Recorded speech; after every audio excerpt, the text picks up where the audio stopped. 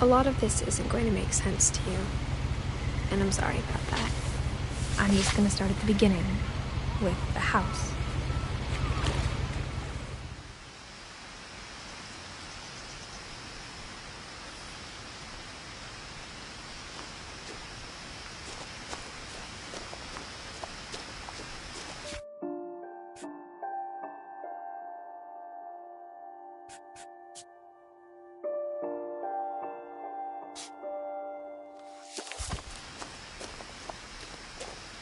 I lived here until I was 11, but I wasn't allowed inside half the rooms.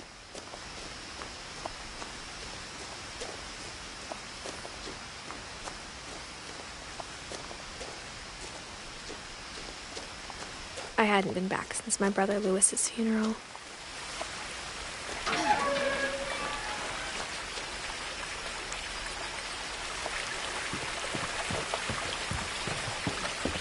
In her will, my mother left me a key, but didn't tell me what it unlocked. Maybe she thought I'd know. Or she thought that the mystery would be enough to bring me back.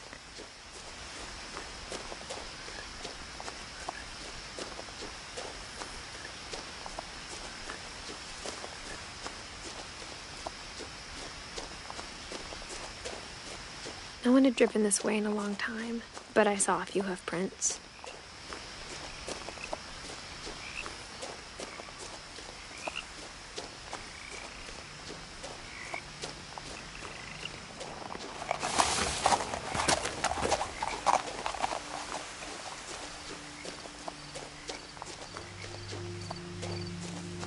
The truth is, even after I inherited the house, I never thought I'd come back to it. But now I had questions about my family that only the house knew the answers to.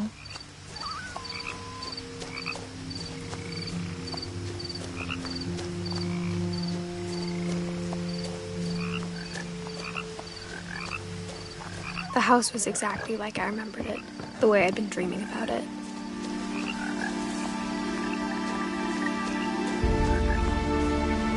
As a child, the house made me uncomfortable in a way I couldn't put into words.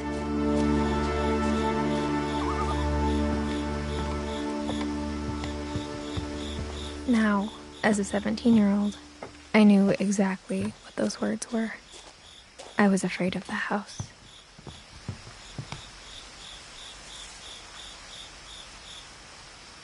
I hoped the key might unlock the front door. It didn't.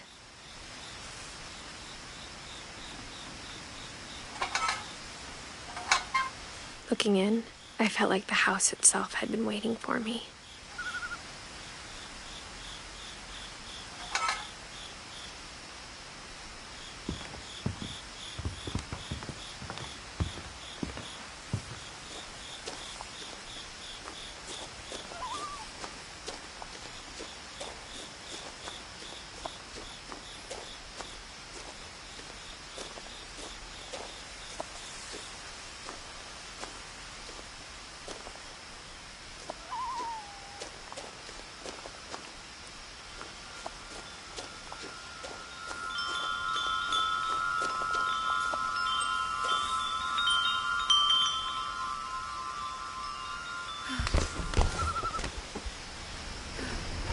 Crawling through the doggy door used to be a lot easier when I was 11.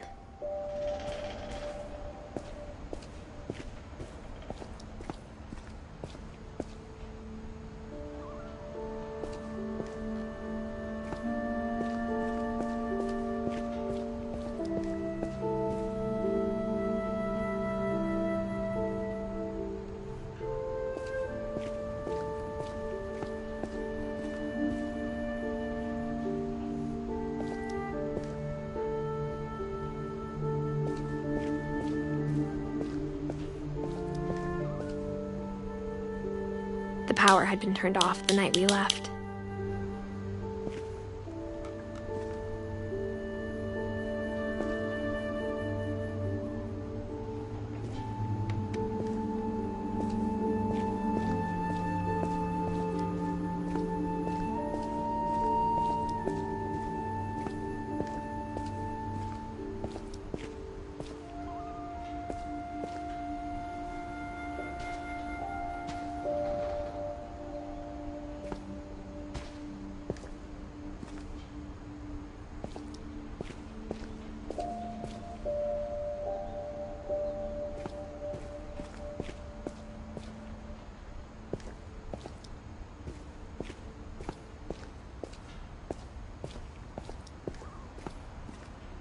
For the first time in years, I felt like I was home.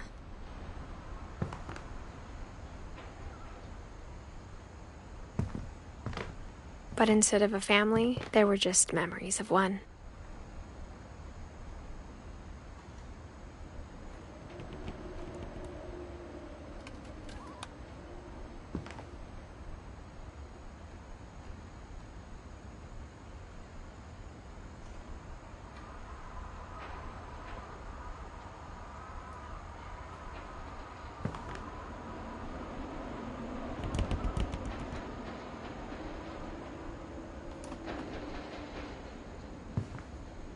Like how after Louis started working at the cannery, we all got sick of eating salmon. Except our cat, Molly. Or how only one restaurant would deliver to our house, so we had Chinese a lot.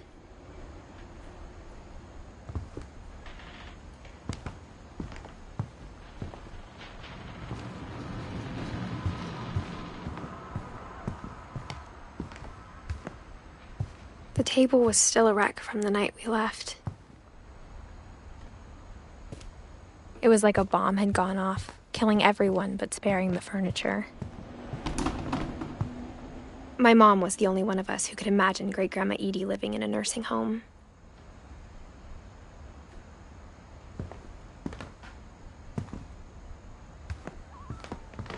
Nothing in the house looked abnormal. There was just too much of it. Like a smile with too many teeth.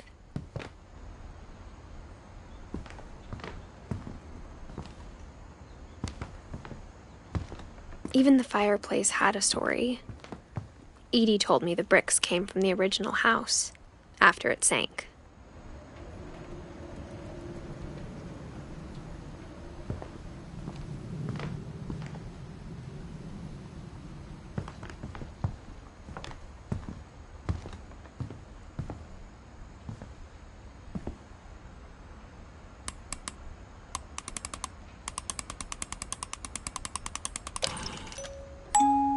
Great-Grandpa Sven built a music box for Barbara, along with the rest of the house.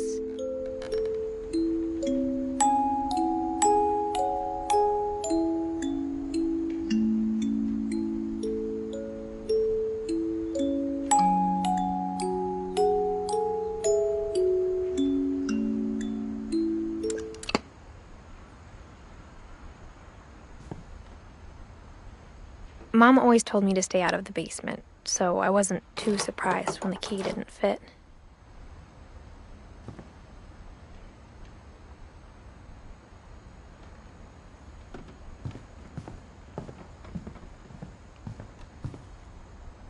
A lot of things got left behind in the whirlwind of that last night. My mom wasn't much of an optimist, but she never stopped believing that my brother Milton was alive.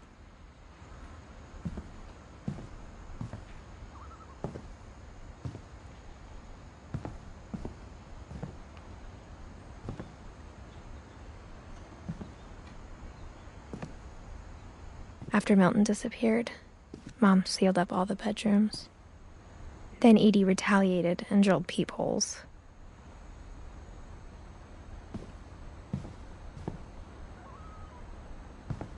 I spent a lot of time playing in Great Uncle Walter's room. I think my mom sometimes regretted not sealing it up.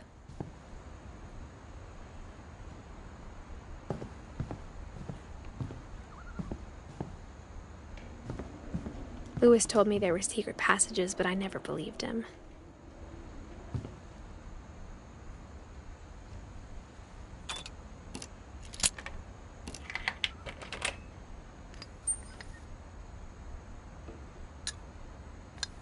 Turns out, my mom was really good at keeping secrets.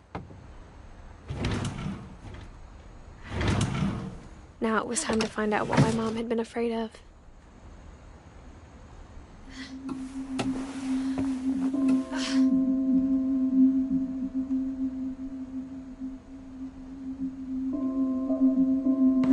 Reading this, maybe it sounds like I had a plan. From the paintings on the wall, it was clear my brother Milton had been here before me.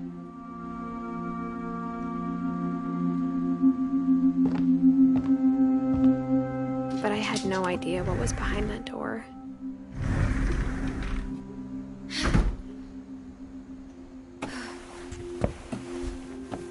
Just like I had no idea where all this was gonna lead.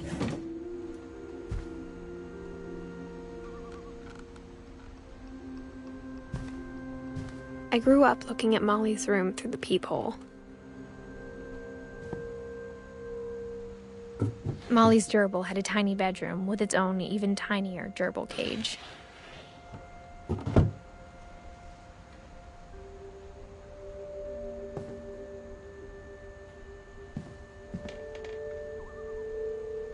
Being inside for the first time, I felt like I'd stepped behind a painting.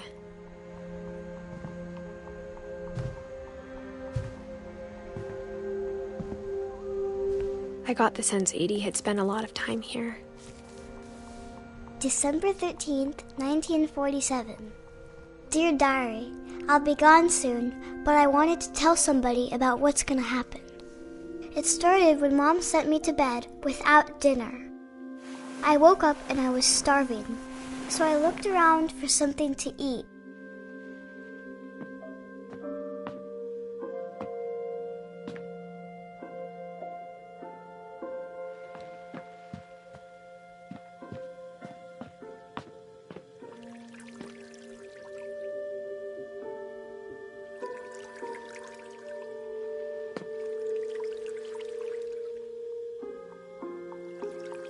I thought about eating Christopher, but I held back.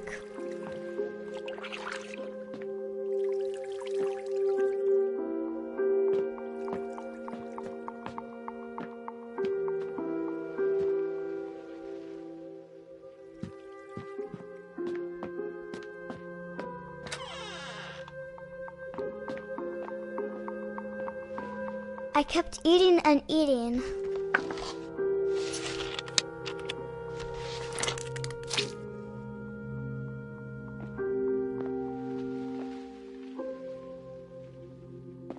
I ate a lot of things that night.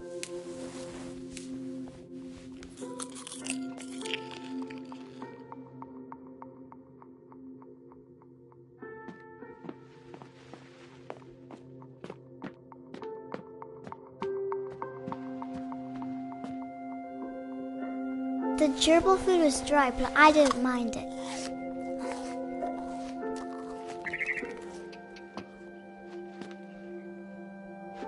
My Halloween candy was all gone.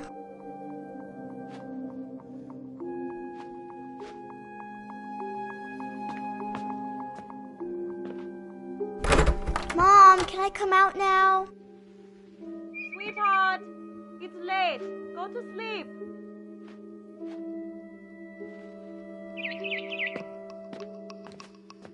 Then I heard chirping outside my window.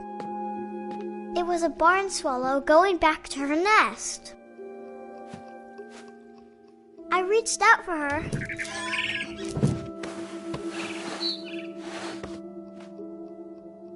And suddenly, I was a cat.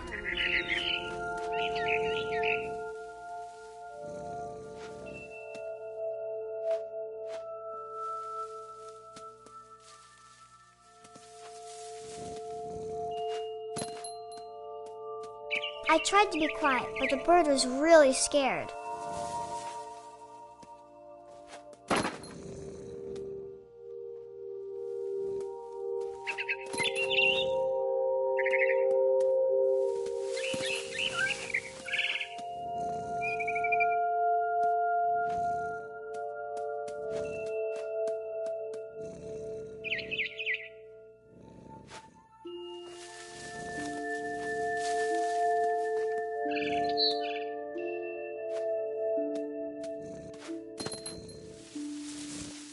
Mom and Dad didn't even look at me.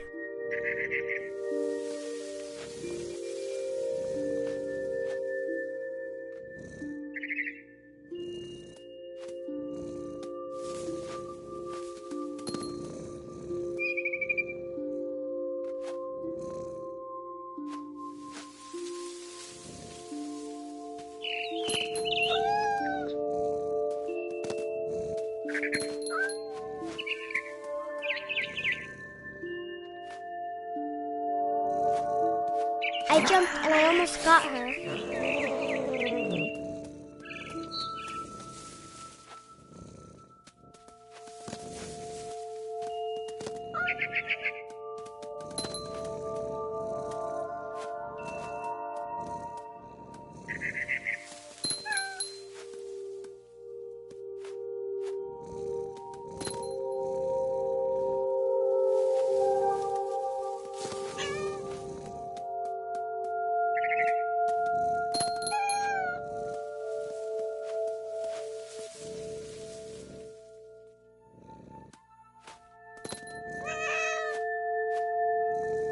I could tell she was getting really tired.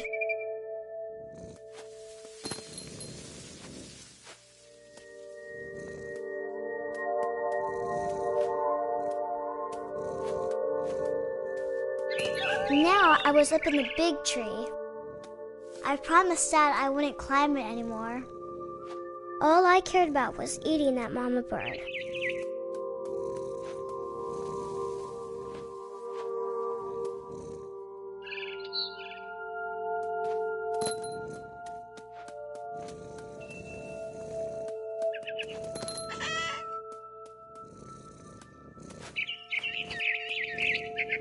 I gobbled her up. And suddenly, I was an owl. First, all I heard was the wind.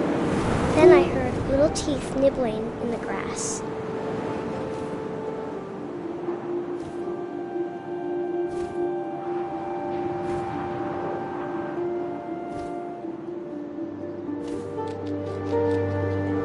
Rabbits.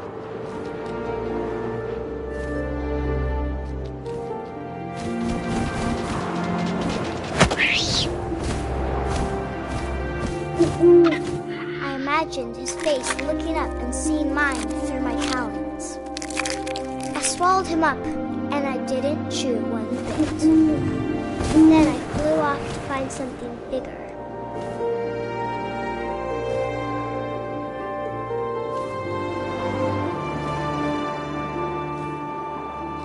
A mama rabbit.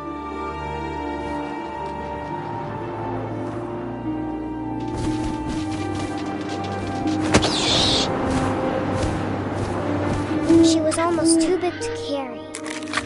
I started choking, but I couldn't stop eating. And suddenly, I was a shark.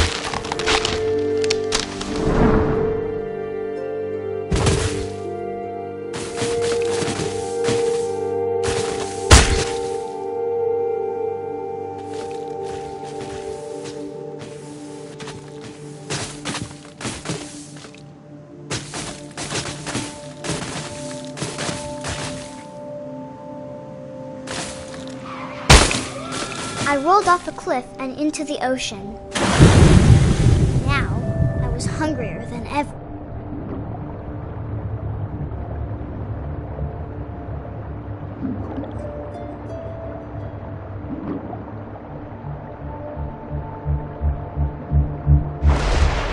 I wanted fat, juicy seals.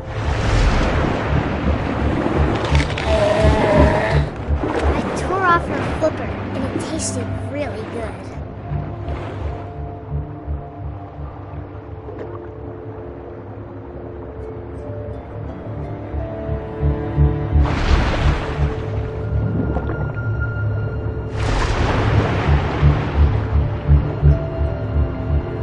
I grabbed on tight.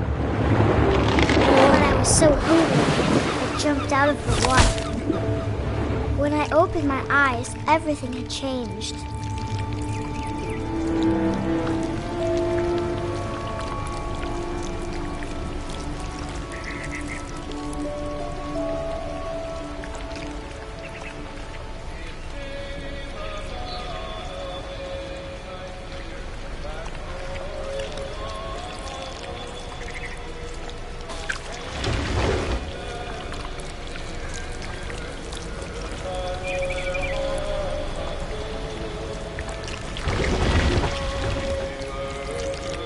Now I was a monster, and I smelled people everywhere.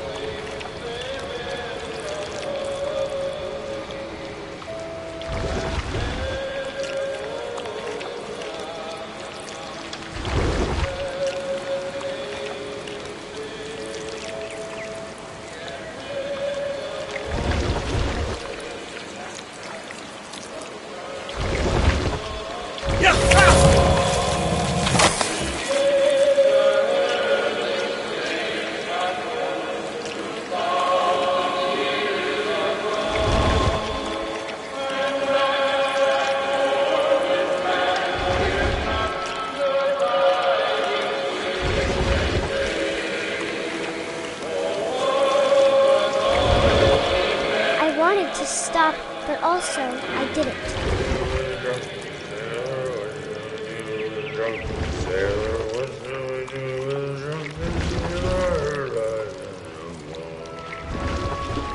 His belly was rusty. His belly was rusty. It came upon a midnight clear, that glorious song of old, from angels descending near the earth to touch their hearts of gold. He sung the earth was willing to mend, from heaven your gracious King. The world in song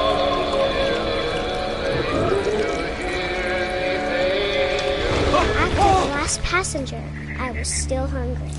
And across the water, I smelled something new. Something I had to have, so I swam towards it.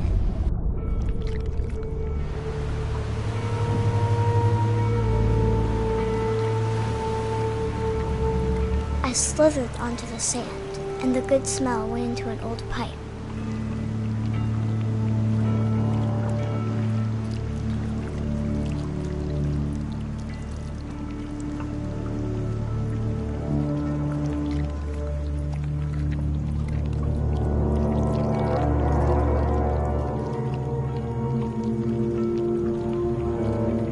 I got closer and closer.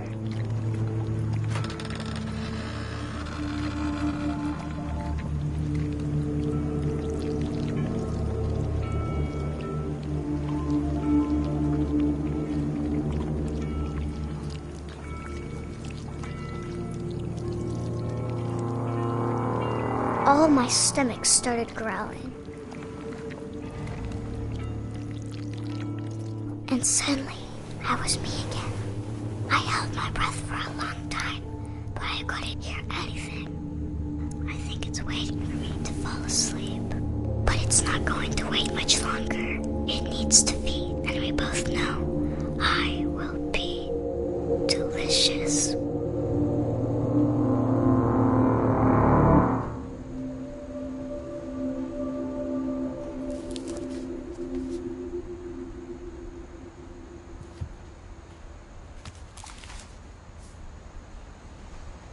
I'm not sure if I believed all of that, but I'm sure Edie would have.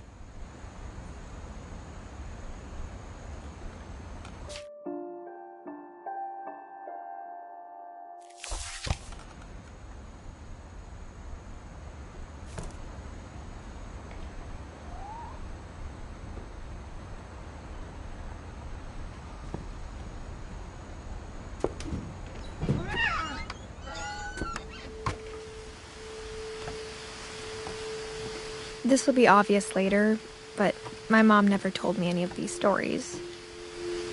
Edie would have, but Mom didn't like bringing up the past. Though, when we adopted a stray kitten, she was the one who named it Molly.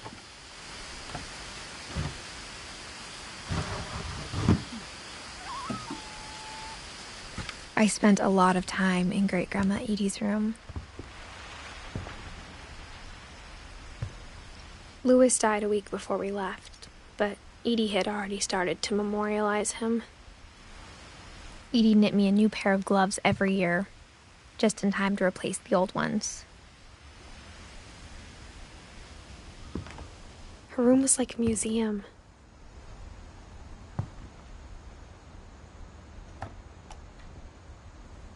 For 500 years, the Finches have been famous throughout Norway for their fortune. And misfortune. Odin Finch buries the latest victims of the family curse, his wife Ingeborg and their newborn son, Johan. On January 7th, 1937, he set sail with his family and his house, hoping to leave the curse behind.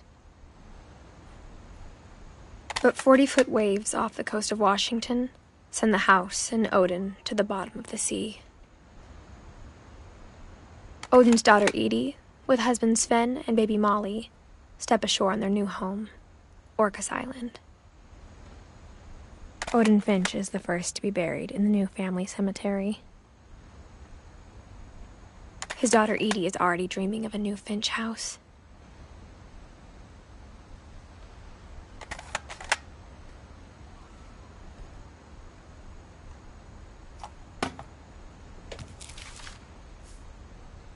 Whatever's wrong with this family, it goes back a long ways.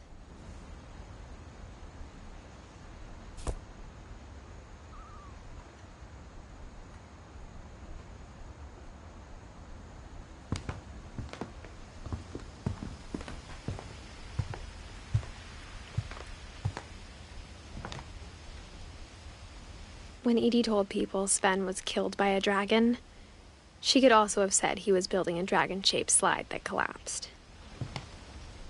Even in her 90s, sometimes Edie seemed a lot younger than my mother.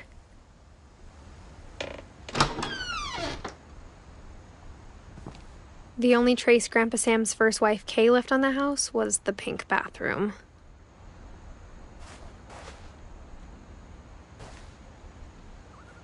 It was a pretty big trace.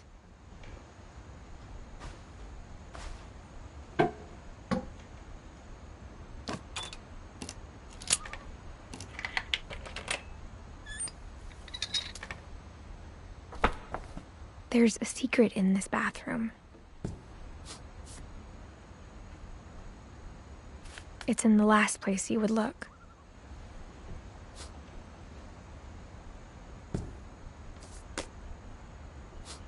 It isn't in the cupboard. It's hidden in this book.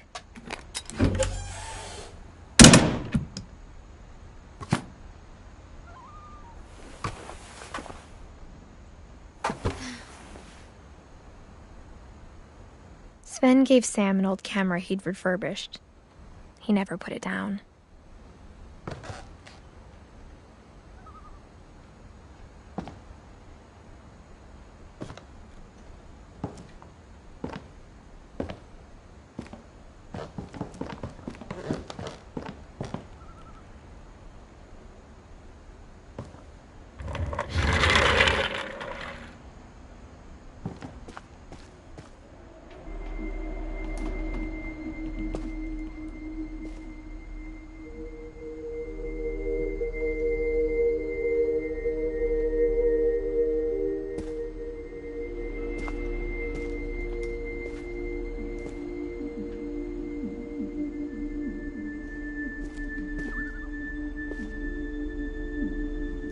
I knew Grandpa Sam had a twin.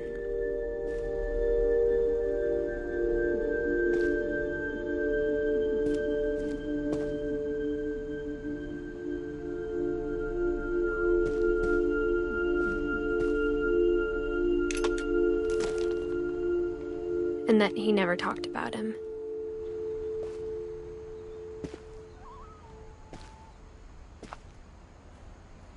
I guess my grandpa didn't like history any more than my mom did.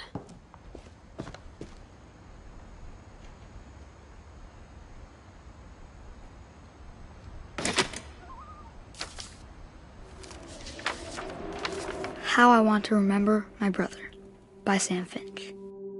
The thing I remember is that when he made up his mind, that was it.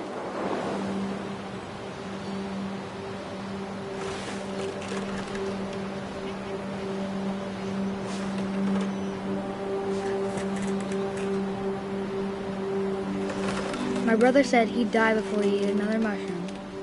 And he did. At Barbara's funeral, we swore we'd never be afraid again. And he wasn't. I think Calvin always wanted to fly. Sam! Calvin! Dinner's ready! Coming! But that day, he finally made up his mind to do it. I told him going around was impossible. Maybe if I hadn't said that,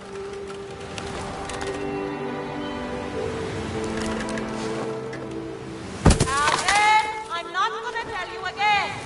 maybe if the wind hadn't picked up, then maybe he'd still be here. but I doubt it. I think he'd already made up his mind. That's what I want to remember about my brother.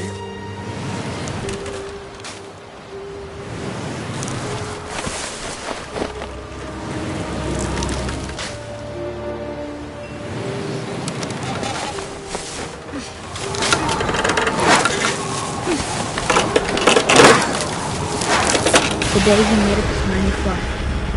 And he did.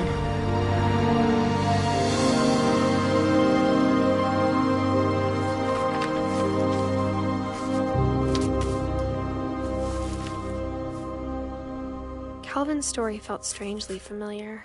When I was younger, I remember trying to do the exact same thing.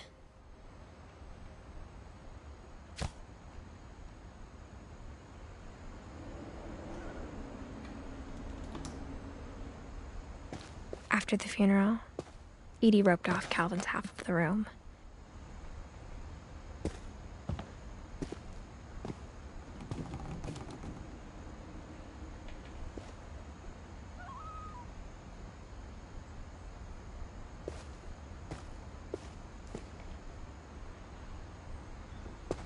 Mom said Grandpa Sam enlisted at 18 and never set foot in the room again.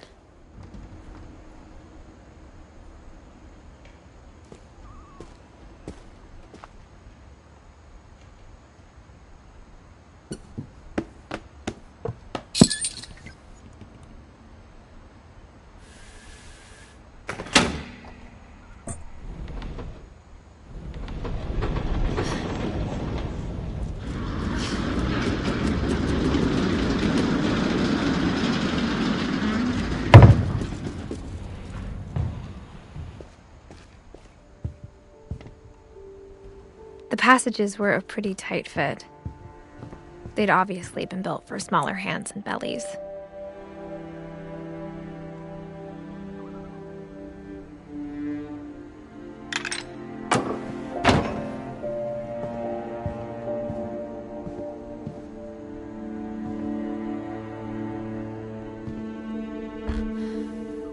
Barbara was a child star for 2 years, until America grew out of it.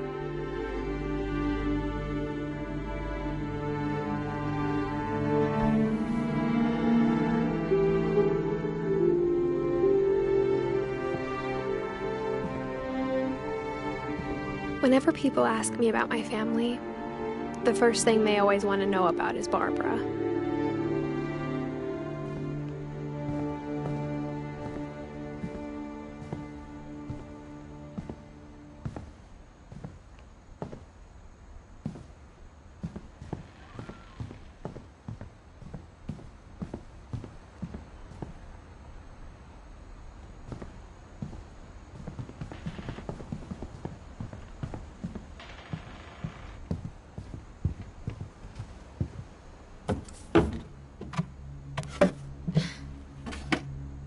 Growing up, I always thought of Barbara as a child star.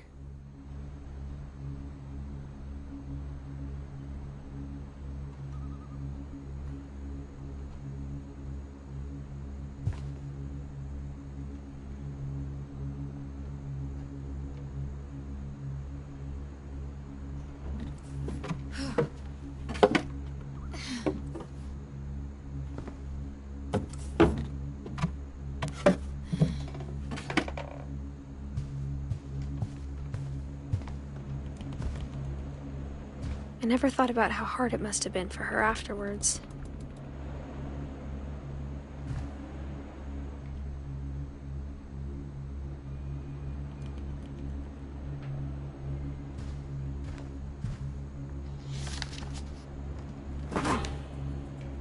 Of all the stories people wrote about Barbara's death, I'm surprised Edie saved this one.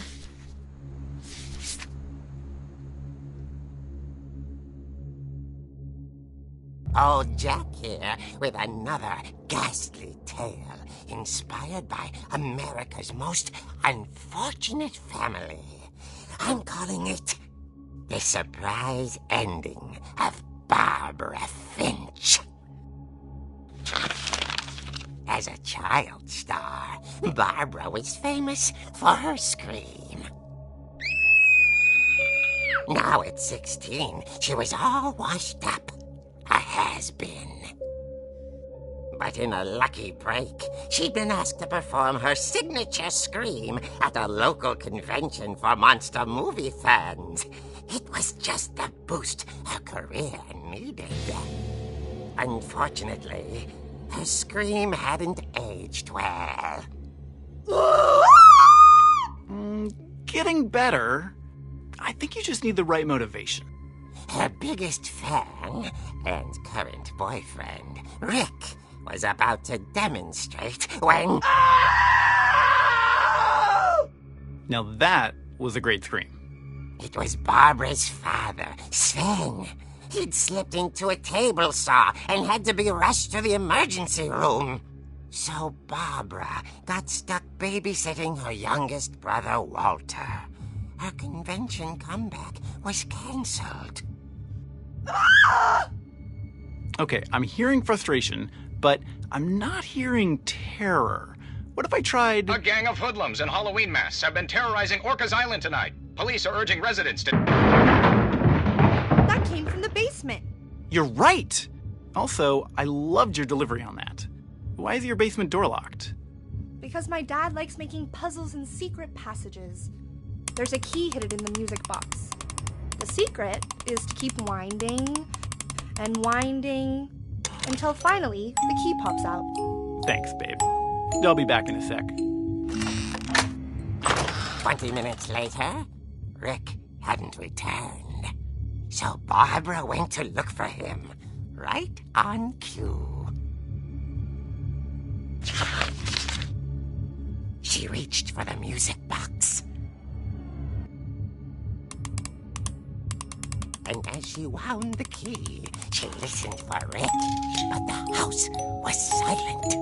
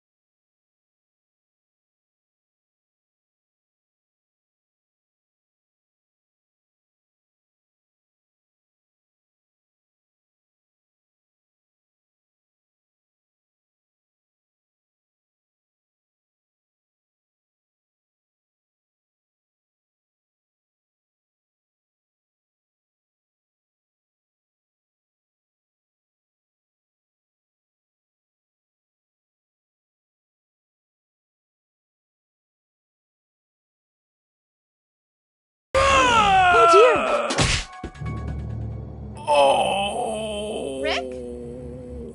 Barb, relax. I was just trying to scare you to help you find your scream. Well, I'm not scared, Rick. I'm furious. Then act furious. All I'm getting from you now is that you're hurt and confused and you're... She threw him out, but she kept a little something to remember him by. Barb, have you seen my other crutch? And she was still holding it when she fell asleep watching the late picture show. Hours later... Barbara! Walter, what's going on up there? Ah! Okay, I'm coming up, but if this is a trick, you're dead, Walter.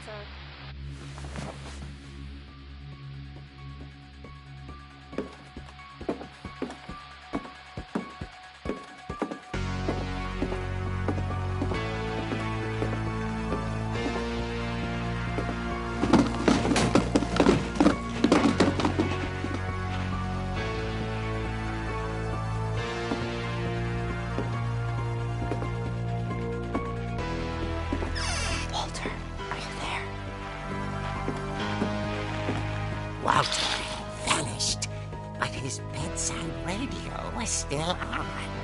Orcas Island police describe the man as 6 feet tall, with a steel hook for a hand.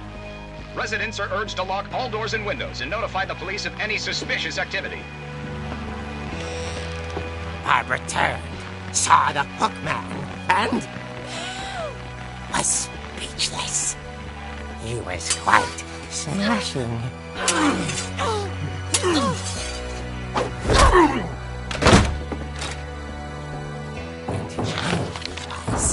he couldn't get enough of Barbara. Okay, Barbara, there's gotta be another way out of here.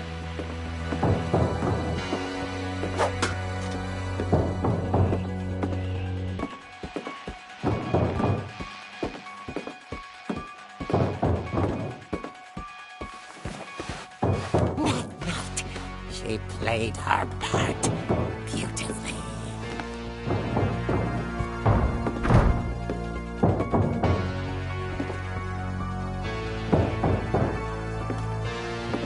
Molly's door hadn't been opened in years. The hinges groaned.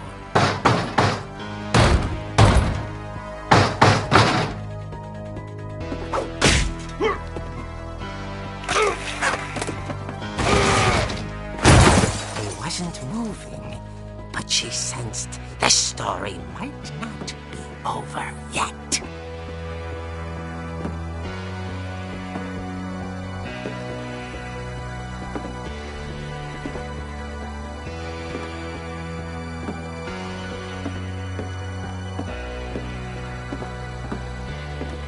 The hookman had vanished.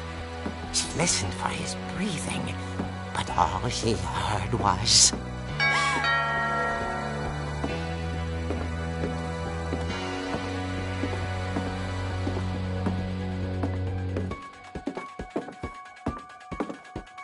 someone at the door was dying to speak to young Barbara. At the door, she heard whispering. It was coming from inside the house.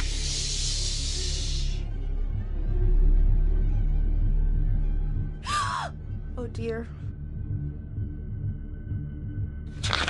Surprise! Bravo, Barbara! You were wonderful. The monsters had come to surprise her. For Barbara, it was a dream come true. Then she saw what kind of monsters they were, and she realized what was about to happen. She was going to be famous. And with her final breath, Barbara Finch gave the performance of her life.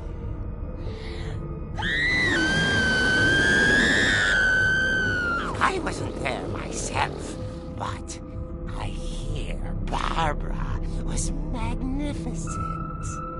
Poor girl. She had a taste for stardom.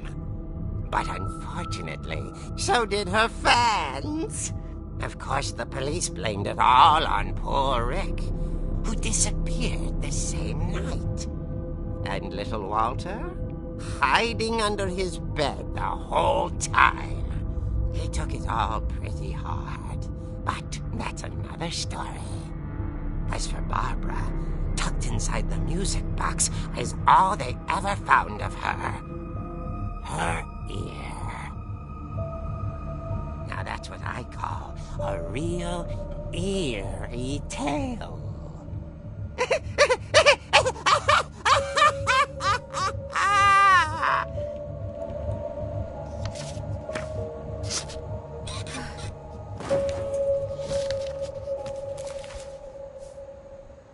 Edie told me all Barbara wanted was to be remembered, as absurd as that comic was.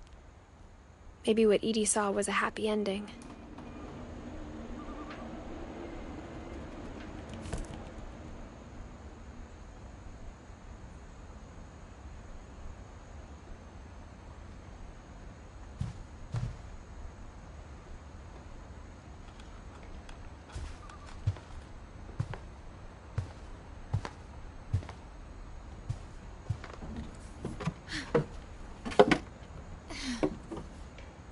I guess now I know why Mom didn't like me playing with the music box.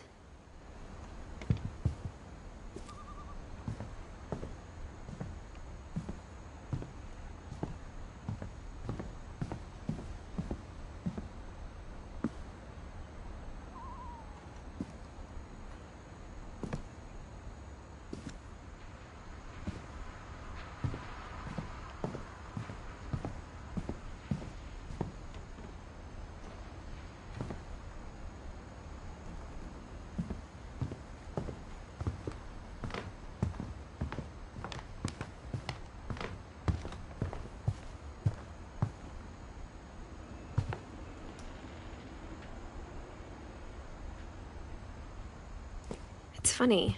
All those times I played with the music box and never found the basement key.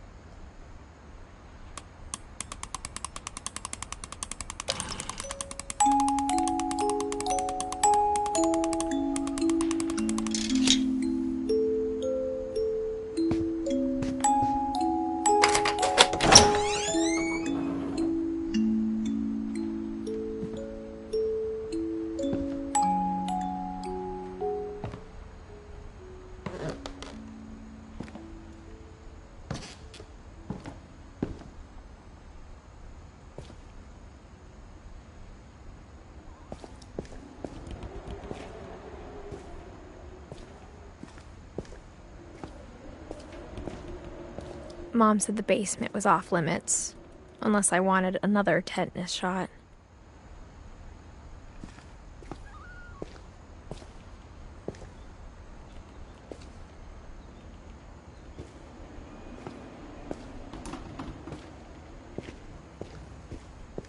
I saw Edie sneak down to the basement once, carrying packages.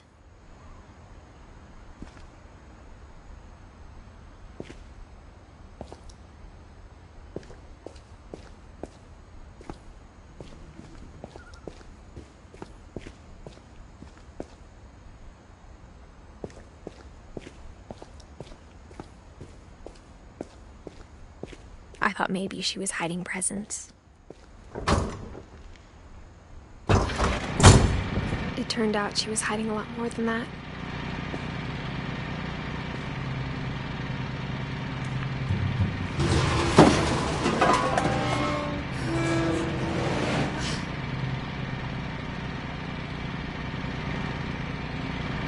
I remember asking Mom once about where Walter had gone. She said after Barbara died, he got as far away as he could.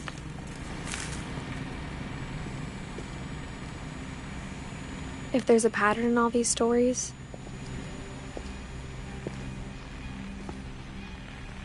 I think it's that none of us has gotten very far.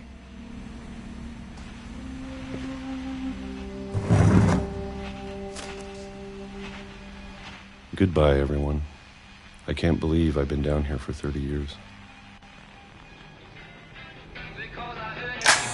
On that first day, after the shaking started, I didn't think I'd survive a week.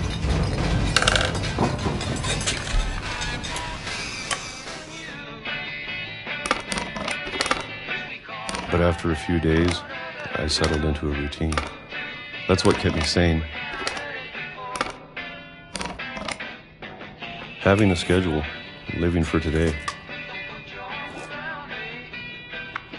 I always expected to be dead tomorrow.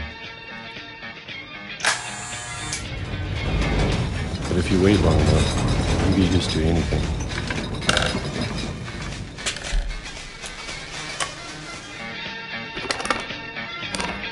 Even a monster on the other side of the door starts to feel normal.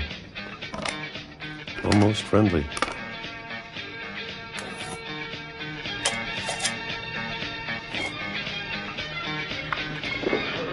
And then one day, everything just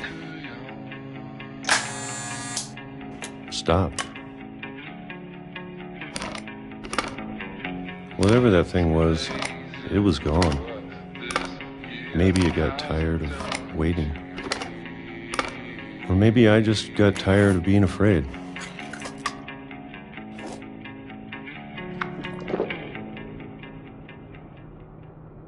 It's been a week now, the longest in 30 years. I'm done waiting. I have to leave while I still can.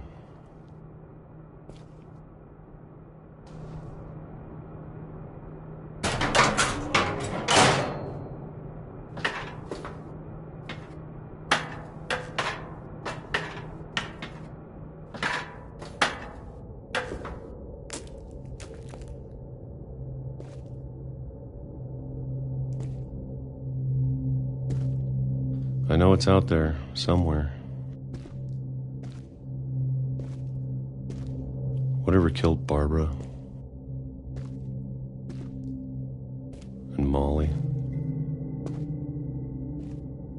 and Calvin.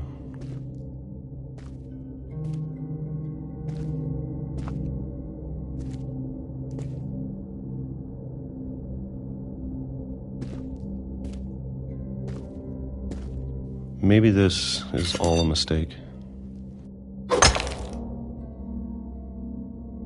But I need to stop living the same day, even if it kills me.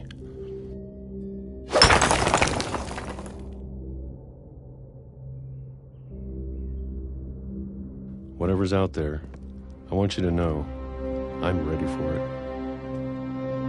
I'm going to appreciate all of it, especially the food. I don't mind if I only have a year left, or a month, or a single week. I'd be happy with one new day. I can already imagine the sun on my face.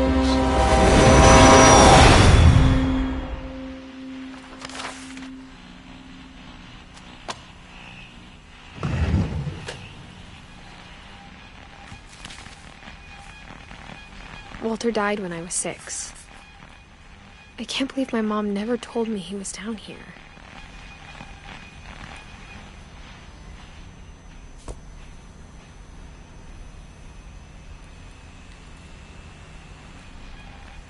I'm sure my mom was trying to protect me.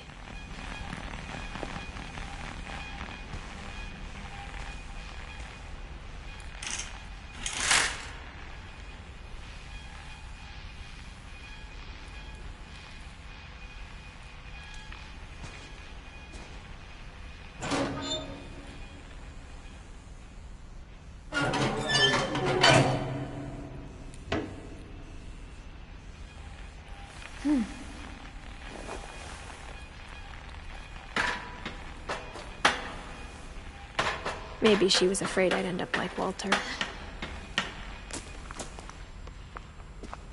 But if she never told me about an uncle under the house,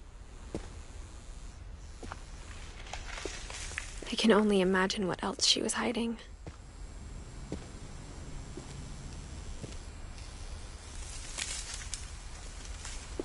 I don't want to make the same mistakes she made.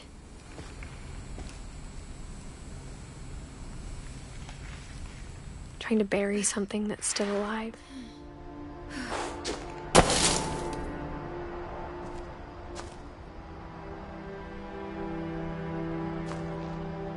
Now that there's only one of us left, or maybe 2, I thought it was time I heard the stories for myself and found out what happened to everyone else. But now I'm worried the stories themselves might be the problem.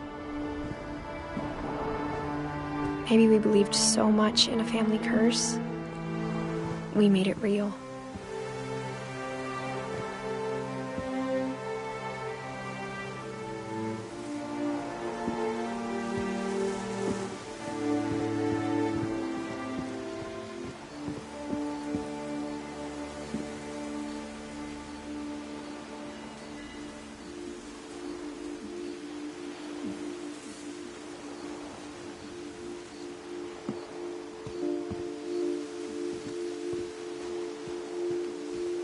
I don't know if I should even be writing this.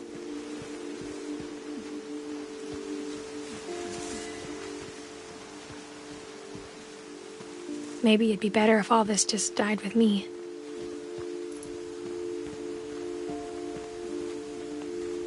But I thought you should know about your family.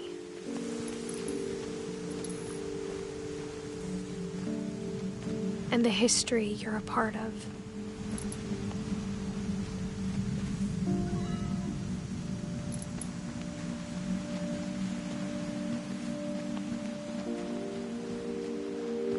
Though to be honest, I feel as lost as you probably do right now.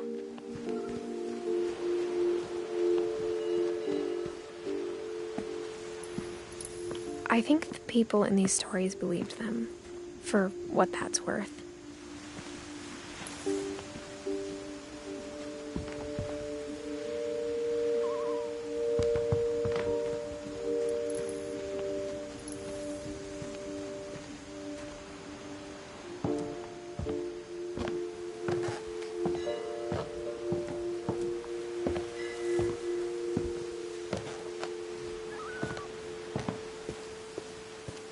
And when you look at the house, that history of imagination and stubbornness and madness, any of it seems possible.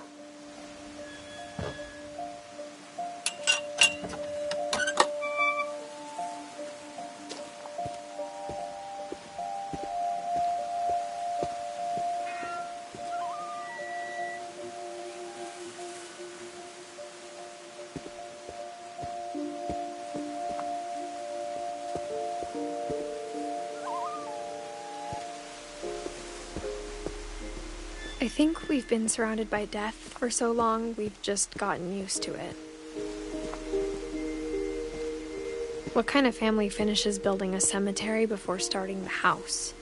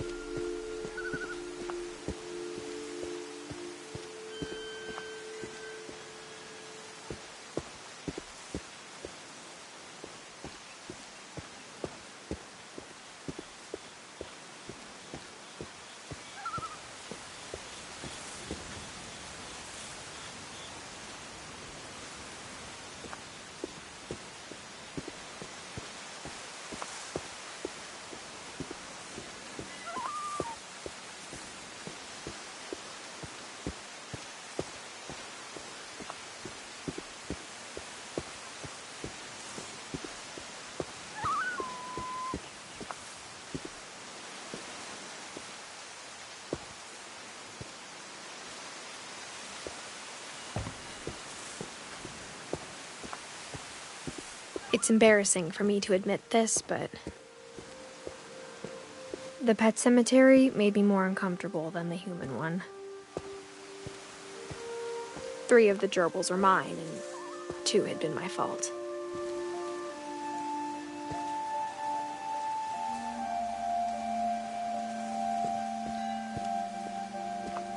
Sven built the house, but it was Edie who designed the cemetery.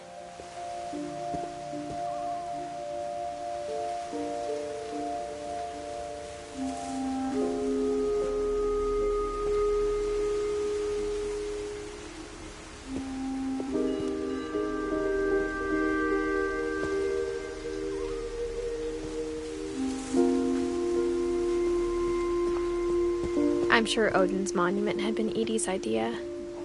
My mom was always trying to move on, but for Edie, the past never went away.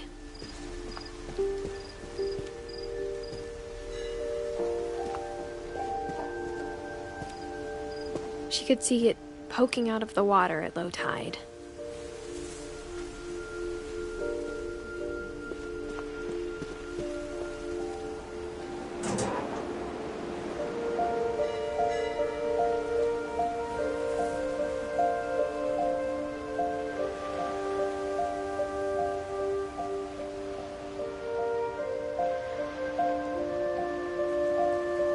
Edie said she dreamed about the old house every night.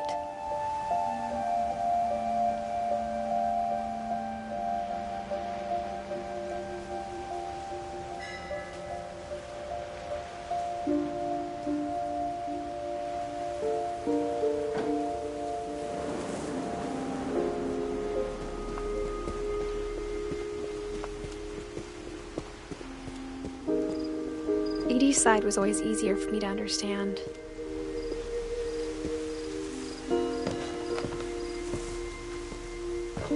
But the older I get, the more I can see where my mom was coming from. Her dad had been pretty strict, but it wasn't enough to save her brothers. She was just trying to do better.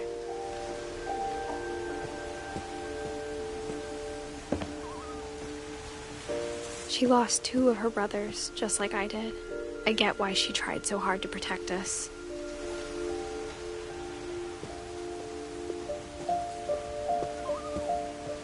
There's so many things I wish I could ask my mom now. Part of me thinks this is what she wanted all along. For me to come back someday and find everything out for myself.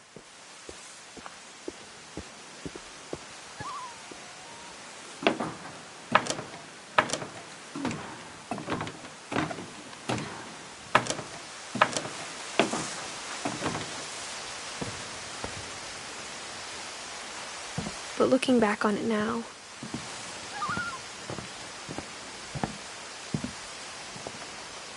if she told me there was going to be so much climbing,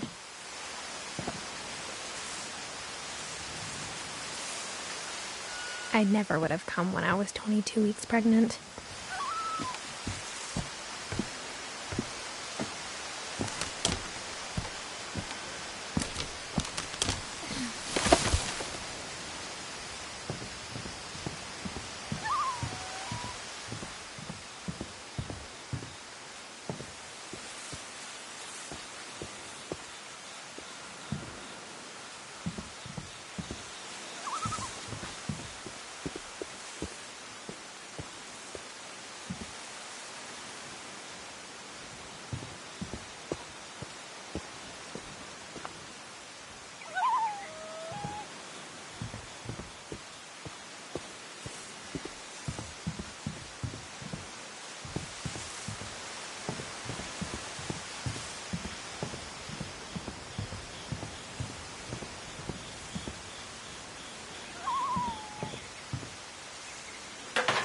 I never met Grandpa Sam, but I think he and my mom had a lot in common.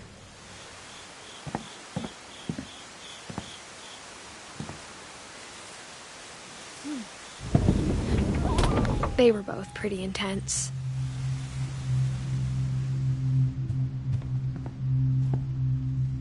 Sam spent his life shooting photos, but Mom said he got nervous being in front of the camera. I guess we're all afraid of something.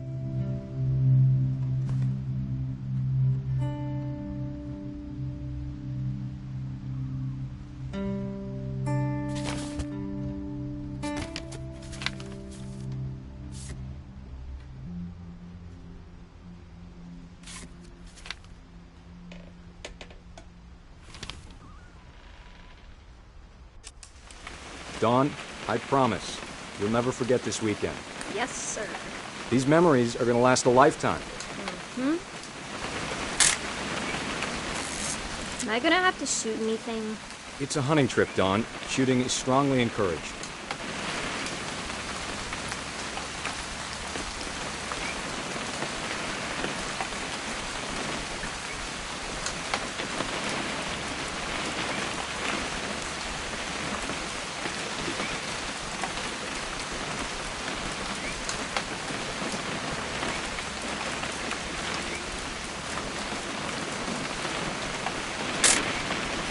Shouldn't we be leaving? Just want to get a shot of you, Dawn, then we can take off.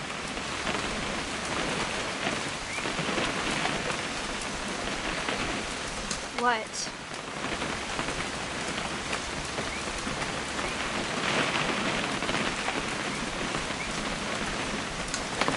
It's too early, Dad. Perfect. It's gonna rain the whole weekend, isn't it? We'll never forget this weekend, Dad. That's the spirit. Okay, got it. I'm gonna take some pictures, okay? Just be careful. That camera's older than you are.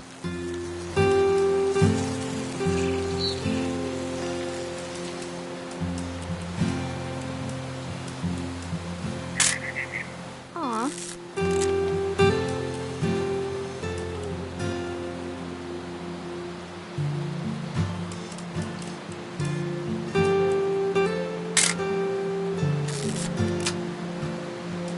You're right, Dad. It's starting to clear up. Still freezing, though.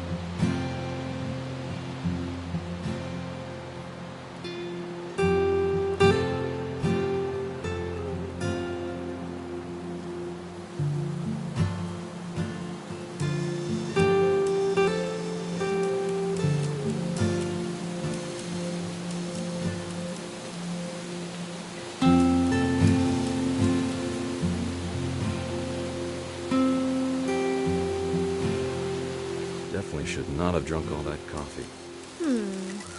Hold still while I take a picture of you. Hi, Def. Hey! That's a keeper. Nothing quite like being outside. I'm just saying, I'm not always gonna be here, Don. You'll need to remember this stuff, if you want to survive. I'll be fine, Dad. You know who else thought he was gonna be fine? Some guy who died. Don, I'm being serious. I know, Dad. You're always serious. Doesn't being out here make you want to chill out? Well, to tell you the truth, I haven't been out here in 20 years. Don, don't you think you could find something more interesting to photograph? Last time I was with my brother Calvin. Man, that was a great trip. Your grandpa Sven taught us how to fish, how to build a fire. We found an old logging trail. There were deer everywhere. I bet if I could remember where that trail was, we'd spot a buck for you in no time. Give me a minute to check the map.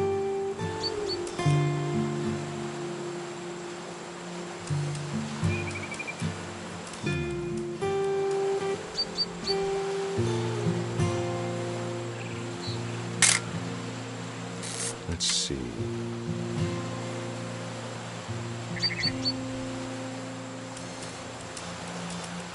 Maybe.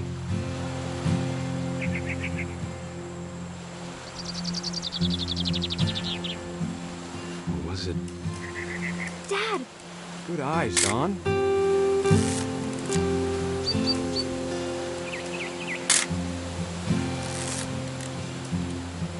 Before you take the shot, let me get a picture of you.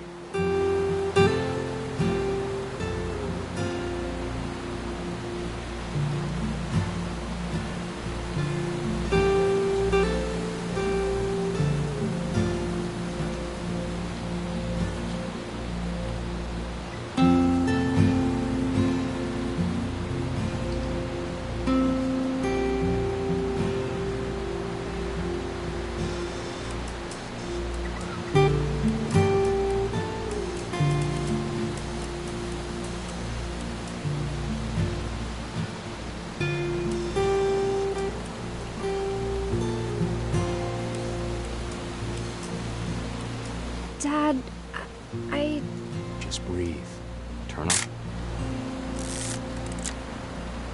Let me get behind you. Do I have to do this? Don, you don't have to do anything. But if you want to survive, you'll need to be strong.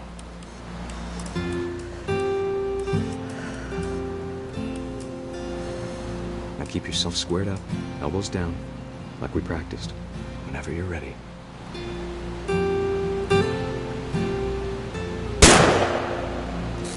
Great shot, Don!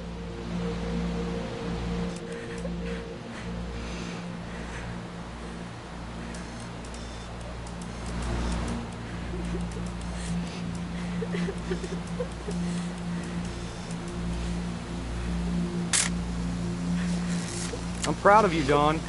Always remember that, okay?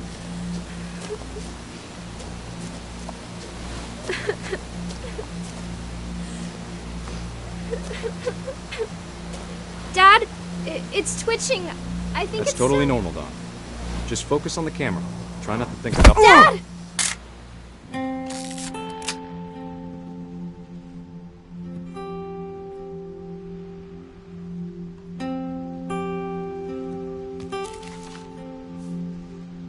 Of all these stories, that's the one I wish most that my mom had told me.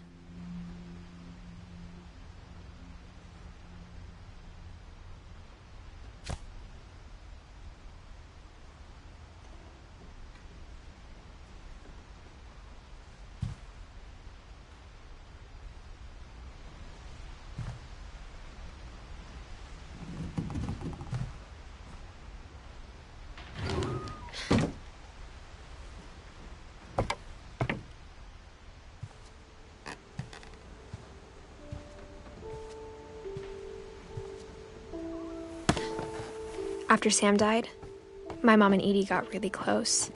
They'd both lost a lot.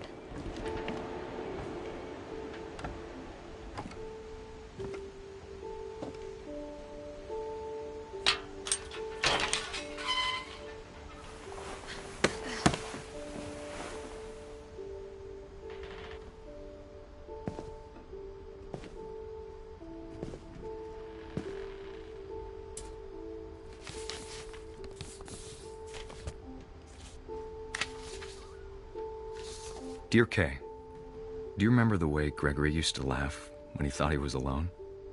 Like something funny was happening, but only he could see it.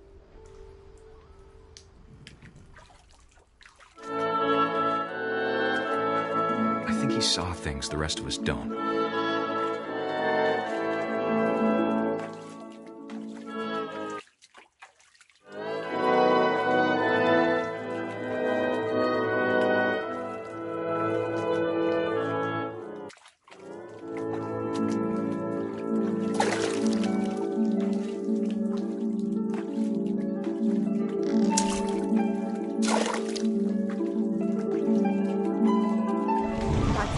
Gregory, it's time to... Hold on, sweetie. Hello? Sam, I told you I don't want to talk right now. I wonder what he saw.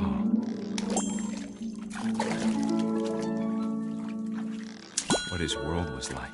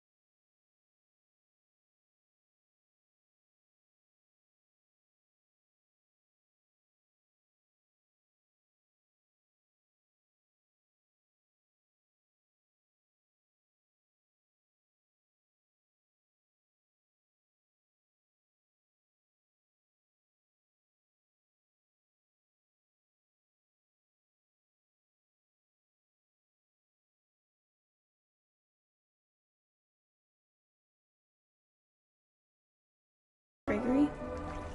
I know you did everything you could. Maybe if I hadn't called that night. Damn it. Hold on, I don't want Gregory to hear this.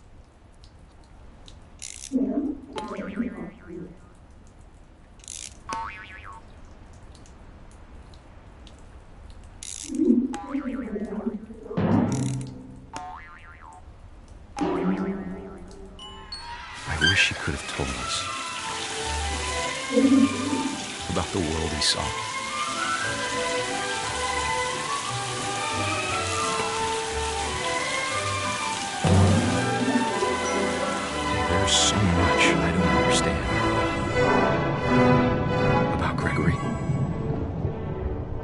about everything.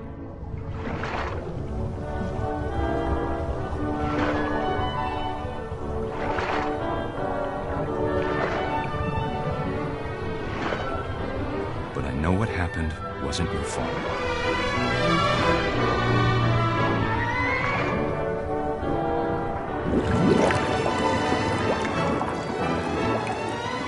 I'm sure he's happy.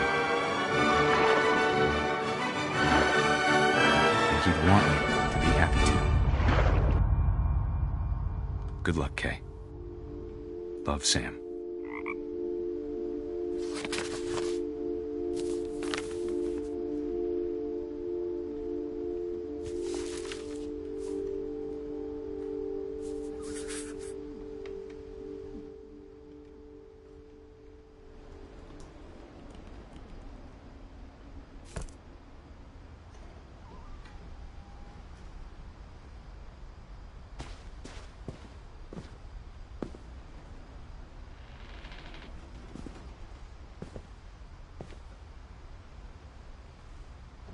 I can't imagine my mom ever writing poetry, and yet...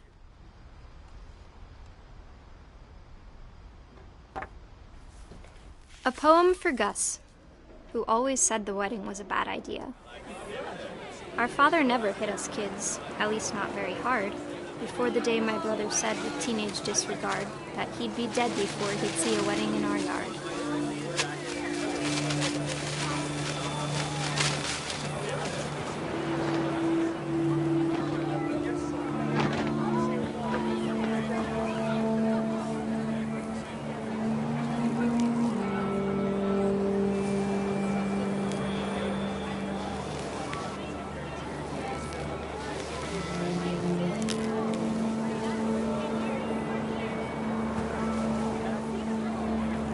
My father made him come, of course, but Gus stood far apart, just flew his kite and bottled up the storm inside his heart.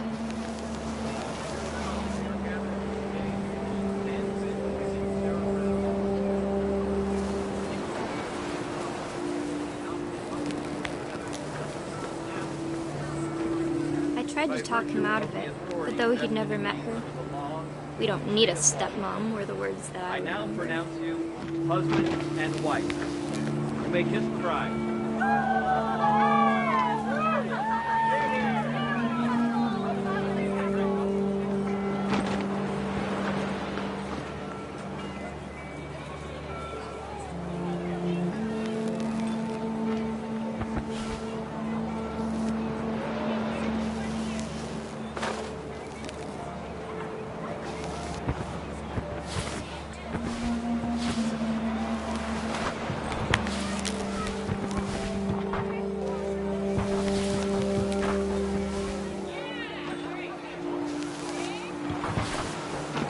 When the time for photos came, Dad ordered him to come here.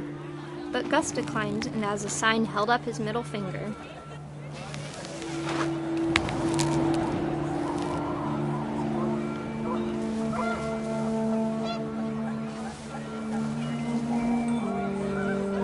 The wind picked up and panicked geese appeared and quickly went. But all the humans did that day was go inside the tent.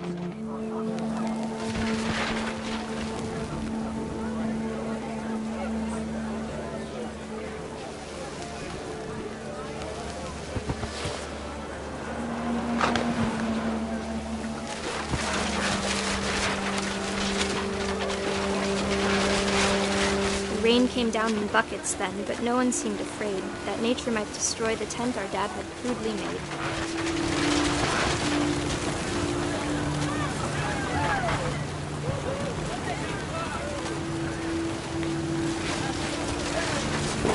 The thunder sounded much too close and full of angry power, but all my father said to this was, "Make the music louder."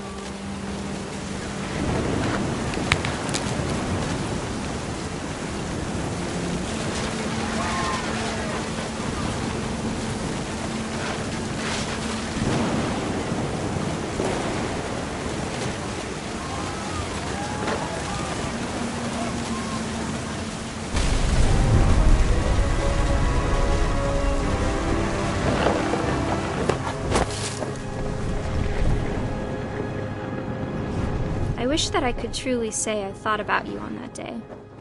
Out there on the beach alone, just you, the wind, the sea, and foam. But I didn't, until we found you.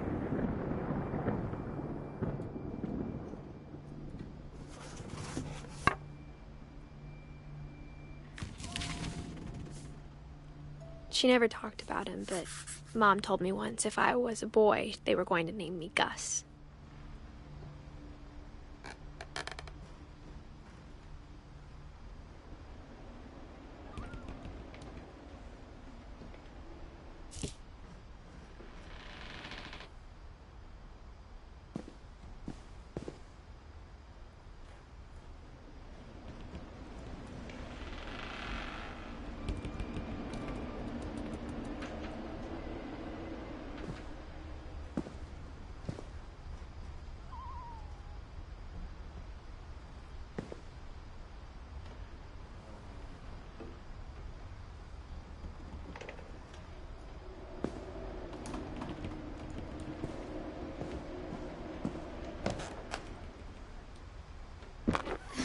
My mom moved up to the loft after her brothers died.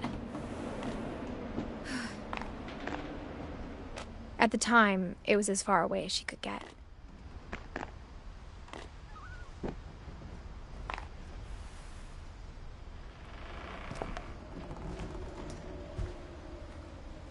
Religion was another thing my mom never talked about, but I think it helped her a lot after her dad died.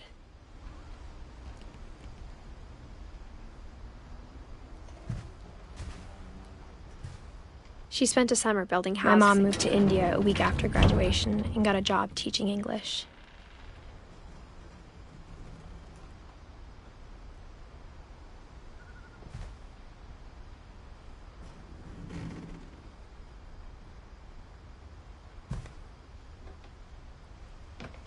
Louis was born a year later.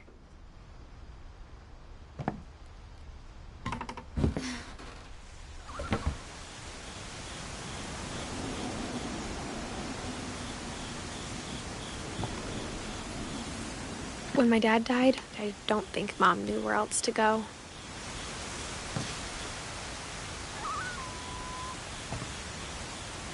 I'm sure Edie was happy to have her back.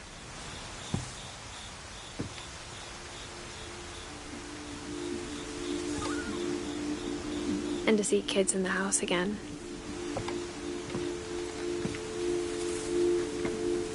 The house had to get a little bigger, but Edie was used to that.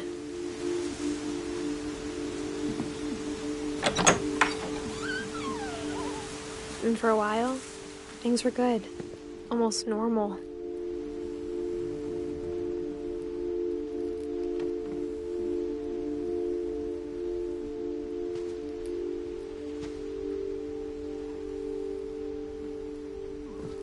But it didn't last.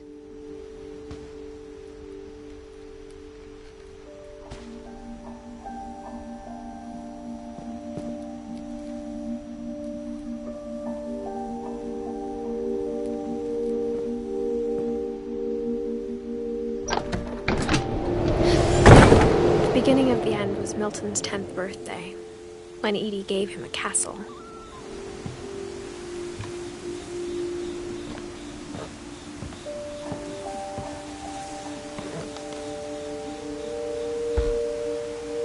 After Milton disappeared, the only thing he left behind was a room full of paintings.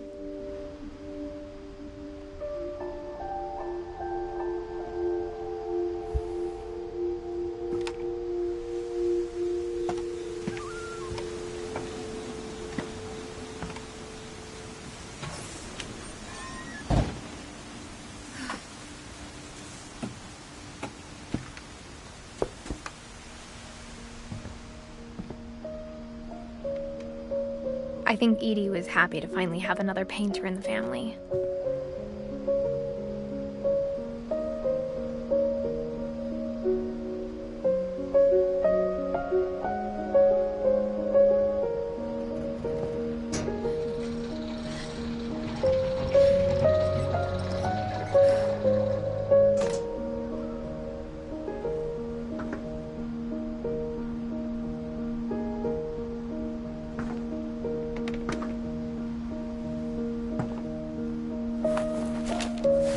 Milton Finch in The Magic Paintbrush.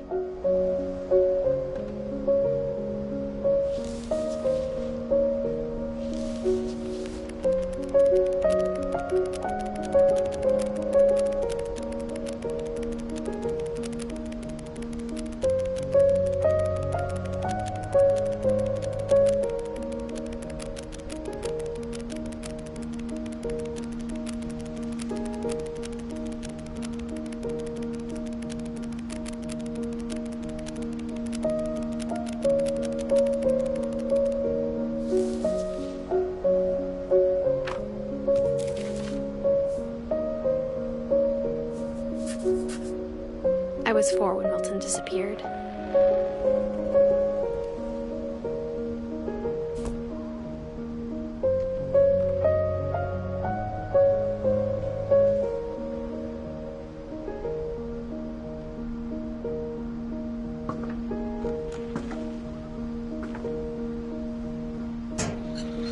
Mom spent months searching for my brother. Then she sealed the doors.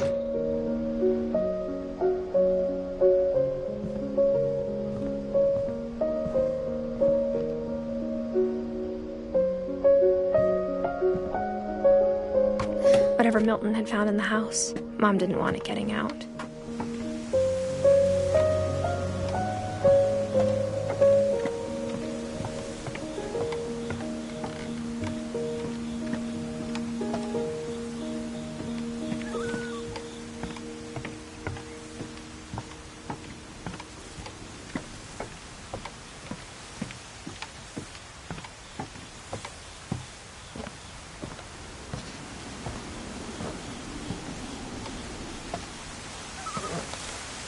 Mom definitely blamed Edie, but I think Louis blamed himself. After he graduated, he just spent more and more time in his room, until Mom got him a job at the cannery.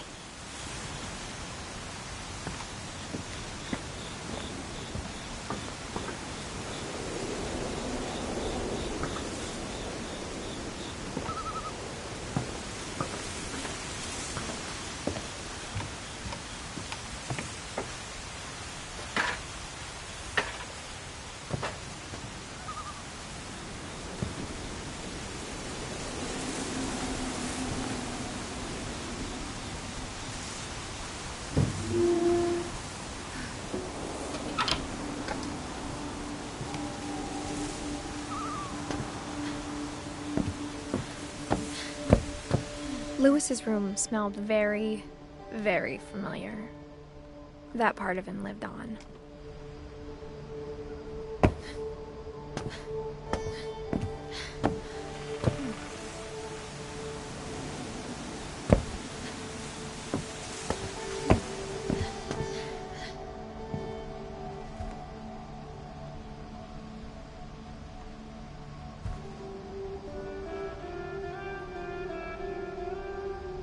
Louis and I spent a lot of time playing games together, but he was surprisingly bad at them. He died a lot.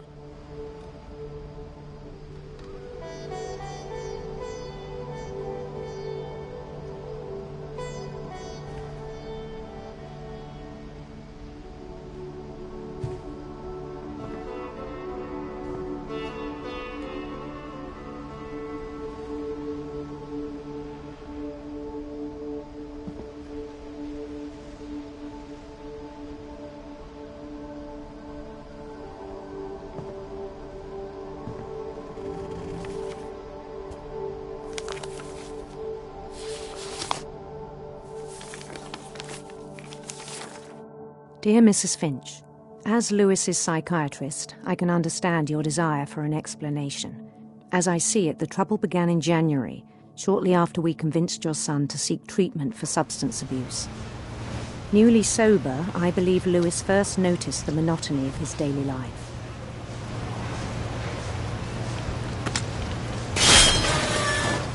He kept working at the cannery, but he withdrew part of himself. In our sessions, I saw the same behavior. His mind began to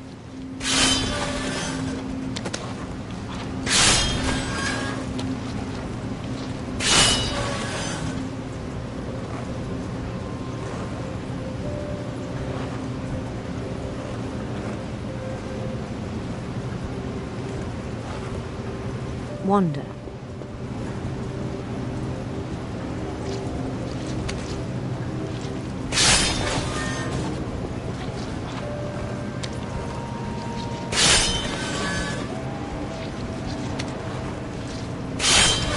I asked him to describe it. He said he started small, imagining a labyrinth. He'd feel his way about.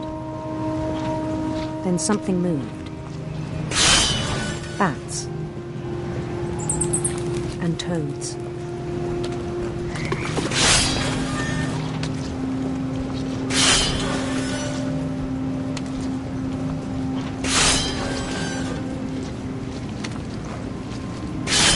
And things that have not names.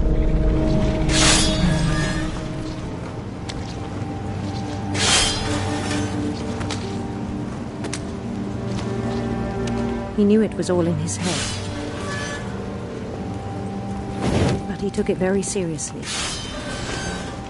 I had hoped he'd find himself.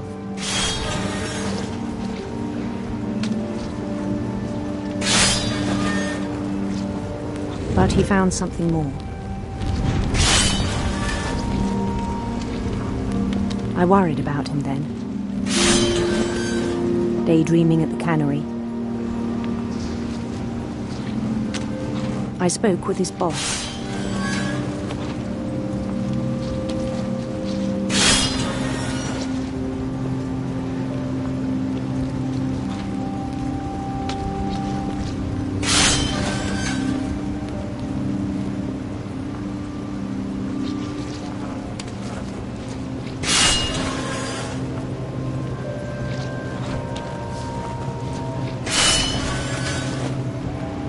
But he said Lewis had become a model employee.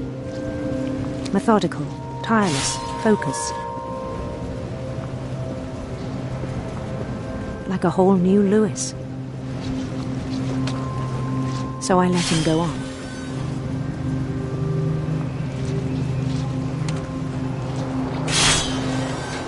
I even encouraged him. It seemed very promising at first. He told me he'd made a new friend.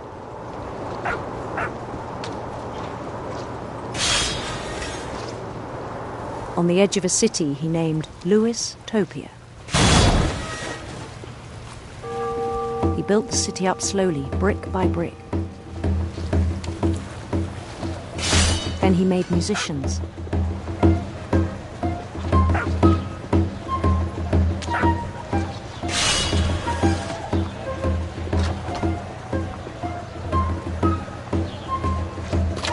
Songs for them to play.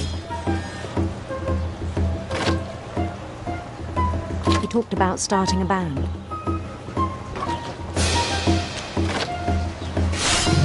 And he was always humming something. Every day his imagination grew stronger.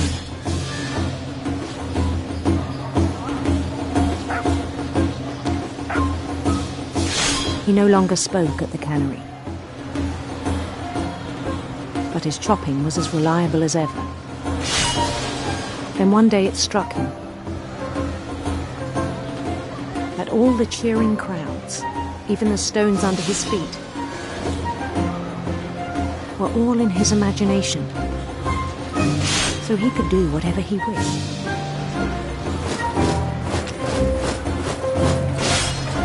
He held an election for mayor. And he won.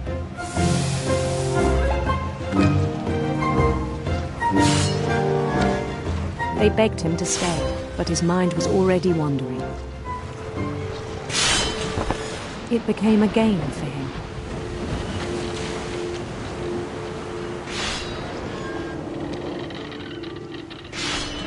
He'd conquer a city, then immediately push on.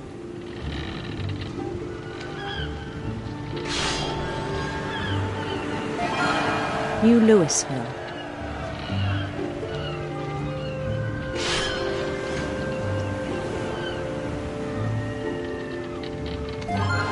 St. Louis. He started drifting away from our reality.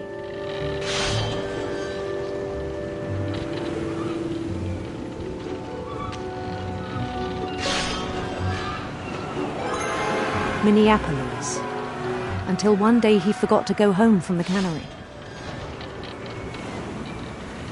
Even as his mother pleaded with him, part of Louis kept sailing on.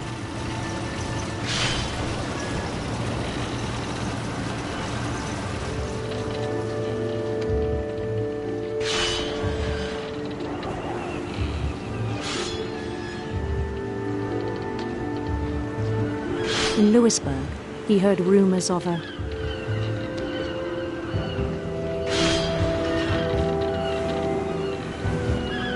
handsome queen.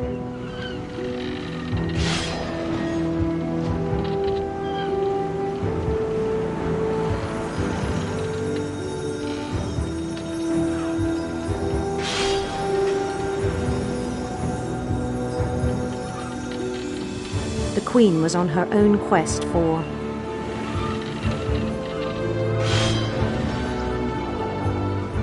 sinister serpents.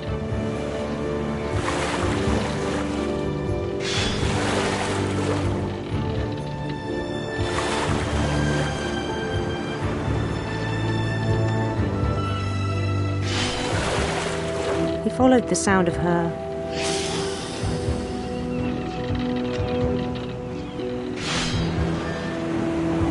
silver harp.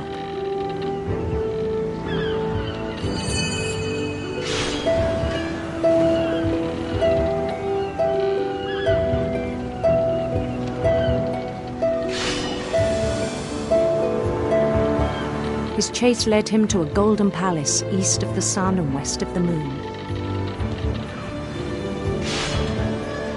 Even then, his logic remained sound. He knew the world was all in his imagination.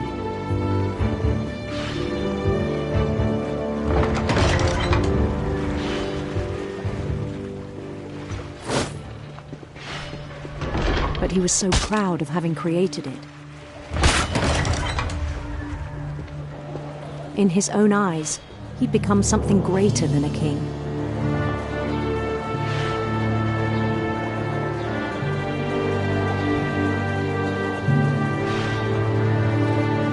For someone who'd never known success in the real world, I think it was overwhelming.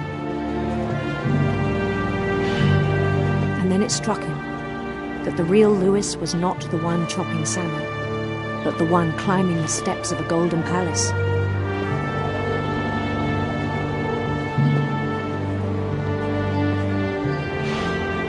My imagination is as real as my body, he told me. It was hard to argue with him.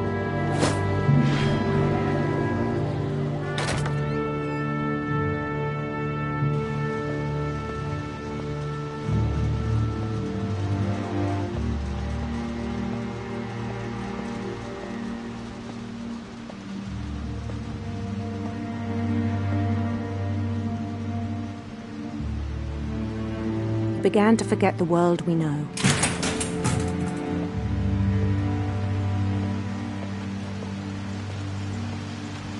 I think it pained him to remember Louis, the cannery worker.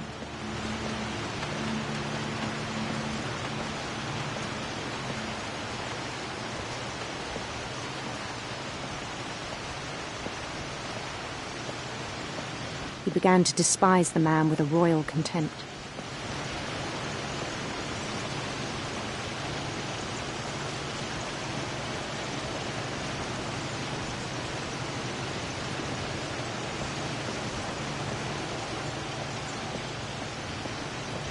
I still thought I could save him.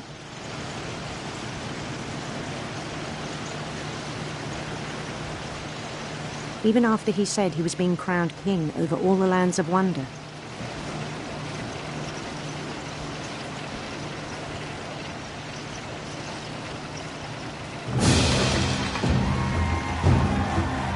The palace would be packed with his companions.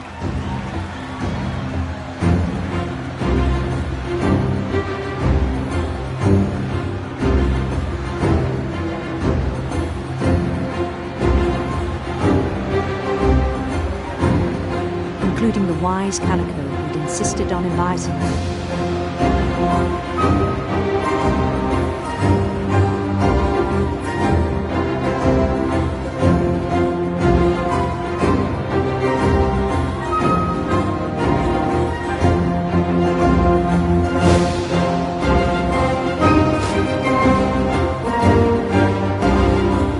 His queen waited, holding his crown.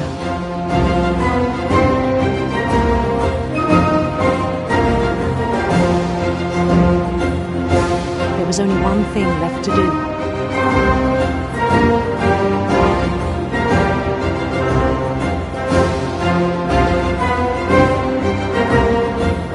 Bend down on his head.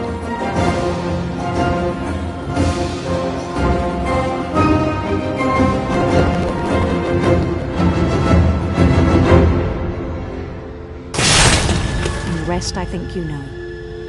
Mrs. Finch, your son was a kind man who will be missed by all of us who knew him.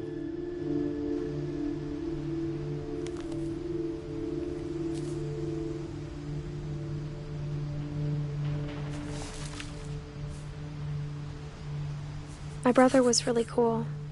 I wish you could have met him.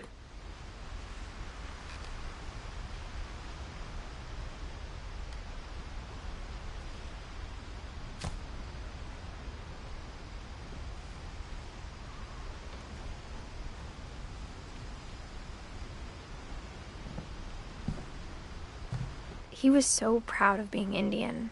I think for him, it was a way to be something other than just a Finch.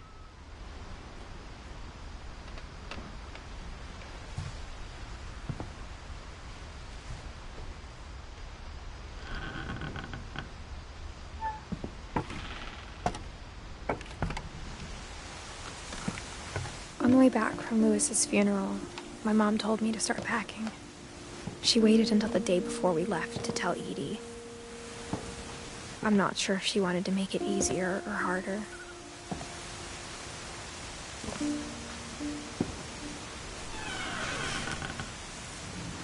I wish we'd stayed.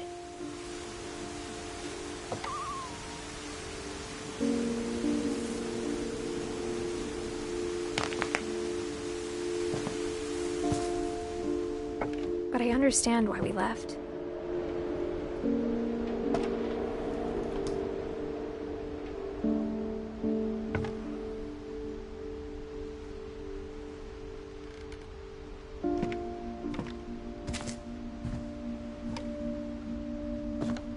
My mom ended up leaving everything behind.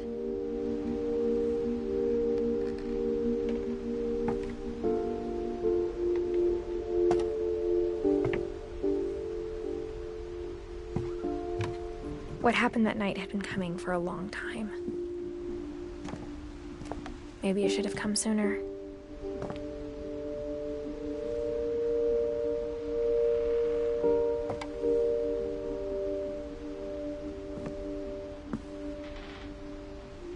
But it had to end one way or another. All that's left now is to tell you about that last night.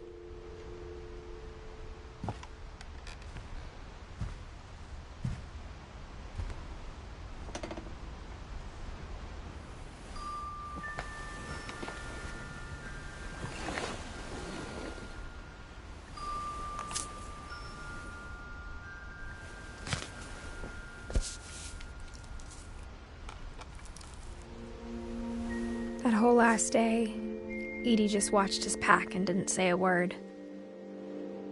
Until supper, when she raised her glass and said, "To our final night together, and all our final nights apart." Grandma, you know what I said about alcohol. Some of your medications are very Edith, specific. I left a present for you in the hallway. Why don't you go open it? The grown-ups have to argue now. I'm sorry, you're right. We're all leaving tomorrow. Let's just enjoy our last... I'm not leaving. Edith, you're excused.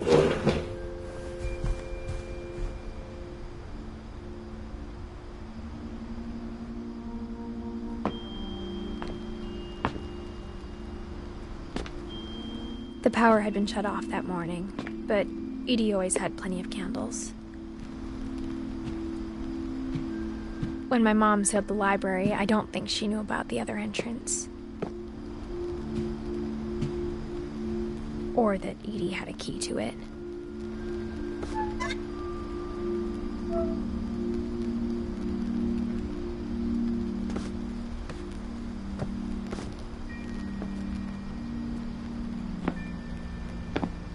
That thing you're afraid of isn't going to end when you leave the house.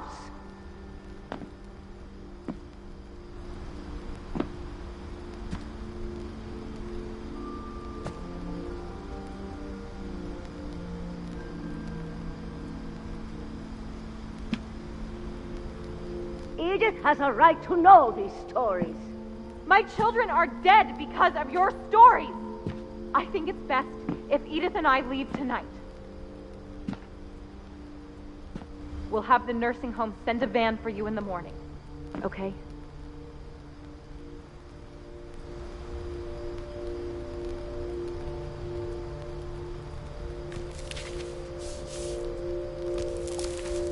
Dear Edith, there's so many stories I wish I could tell you, but there's only time for one. This is about what happened on the night you were born. That night, the tide went way, way out.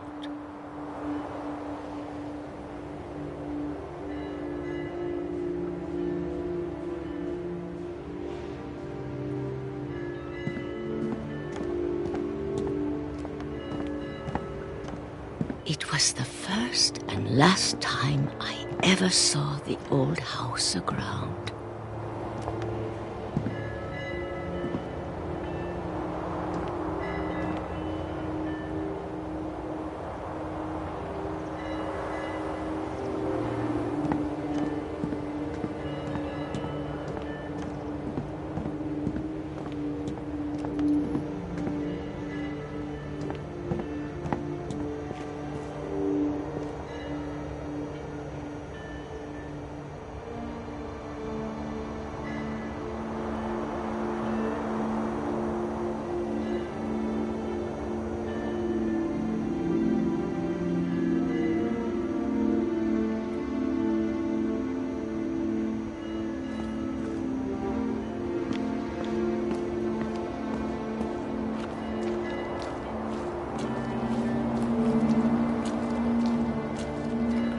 There'd been an earthquake out in the middle of the ocean.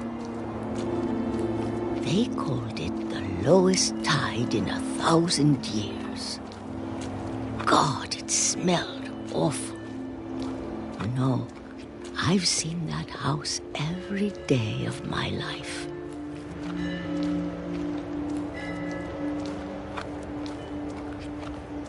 But I never thought I'd go back to it. When the fog rolled in, I lost my way.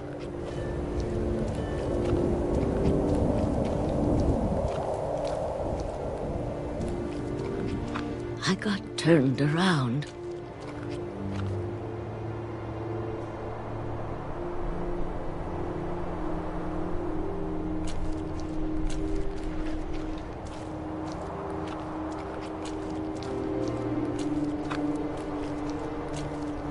I started seeing things.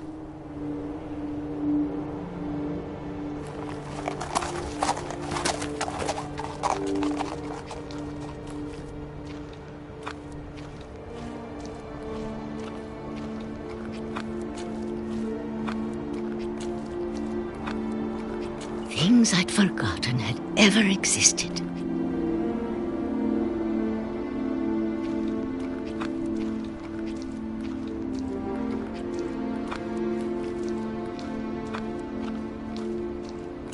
But when I saw them, they felt like old friends.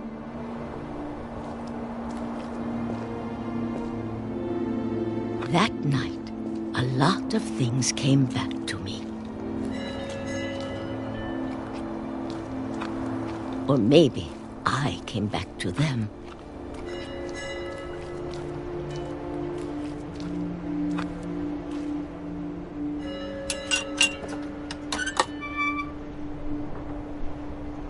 Things I can't can't explain, but that I need you to try and... Edith, what are you doing in here? It's mine. Edith! Mom, you're gonna rip it! Let go! I kicked and screamed, but Mom dragged me to the car.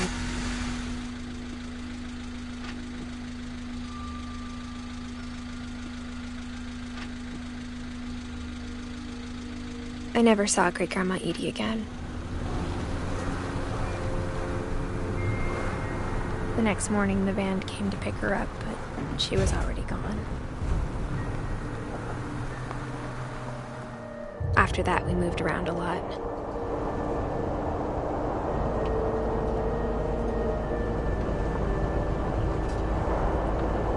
We both tried to make the best of it.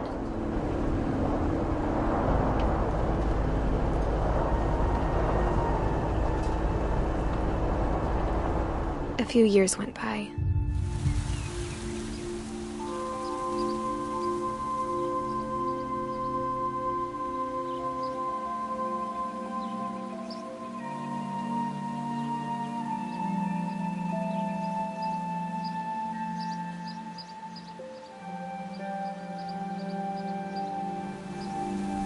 My mom didn't like to talk about it, but she started getting sick a lot. The rest happened pretty quickly.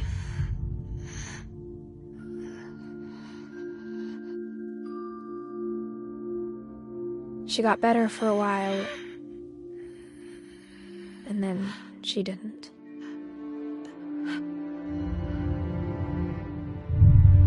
And then I was alone.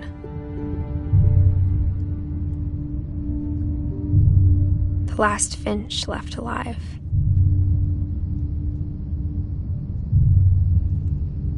Until I found out about you. I'm still not sure what to tell you about all this. If we lived forever, maybe we'd have time to understand things. But as it is, I think the best we can do is try to open our eyes and appreciate how strange and brief all of this is. This journal was supposed to be for you.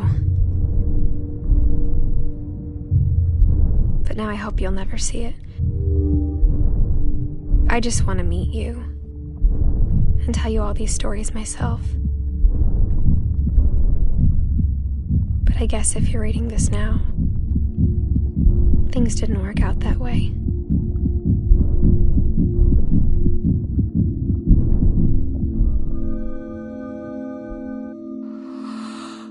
This is where your story begins. I'm sorry I won't be there to see it. It's a lot to ask, but I don't want you to be sad that I'm gone. I want you to be amazed that any of us ever had a chance to be here at all. Good luck.